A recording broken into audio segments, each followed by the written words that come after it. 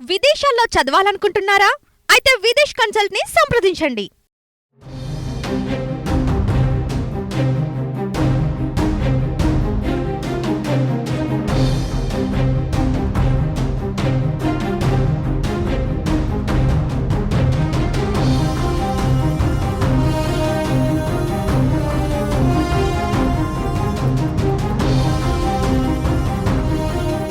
ప్రభుత్వ ఉద్యోగులకు AP CM Chandrababu Naidu good news చెప్పారు.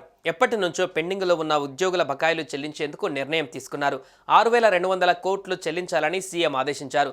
సీఎం ఆదేశాల మేరకు సిపిఎస్ ఏపీజీఐఏ కింద ఆర్థిక శాఖ 6,200 కోట్లు విడుదల చేసింది. ఈ ఏడాది జనవరి 11న ఉద్యోగులకు వివిధ బకాయిల కింద 1,033 కోట్లు ప్రభుత్వం విడుదల చేసింది. రాష్ట్ర ప్రభుత్వ ఉద్యోగులు వారికి రావాల్సిన బకాయిల చెల్లింపు కోసం డిమాండ్ చేస్తున్న సంగతి తెలిసిందే.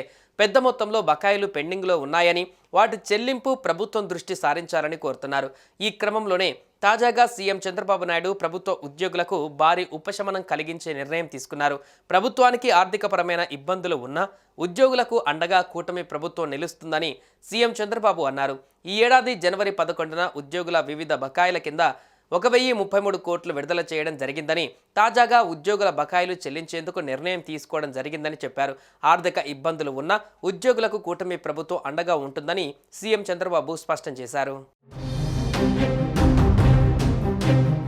గత వైసీపీ ప్రభుత్వంలో రాష్ట్ర ఆర్థిక వ్యవస్థ తీవ్రంగా దెబ్బతిందని, రాష్ట్రం చాలా కాలంగా తీవ్రమైన ఆర్థిక సంక్షోభంతో పోరాడుతుందని రాష్ట్ర ఆర్థిక శాఖ మంత్రి పయ్యావుల కేశవ్ తెలిపారు. రాష్ట్ర ప్రభుత్వ ఆర్థిక పరిస్థితి క్లిష్టంగా ఉన్నప్పటికీ ముఖ్యమంత్రి చంద్రబాబు నాయుడు ఉద్యోగుల సంక్షేమానికి కట్టుబడి ఉన్నారని చెప్పారు.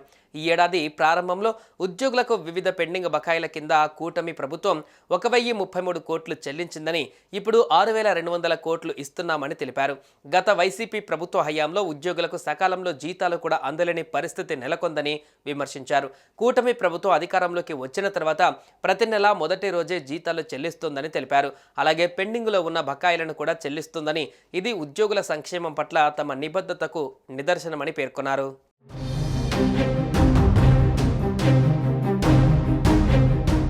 సుమన్ టీవీలో మీ పర్సనల్ అండ్ బిజినెస్ ప్రమోషన్స్ కోసం కింది నెంబర్కి కాంటాక్ట్ చేయండి.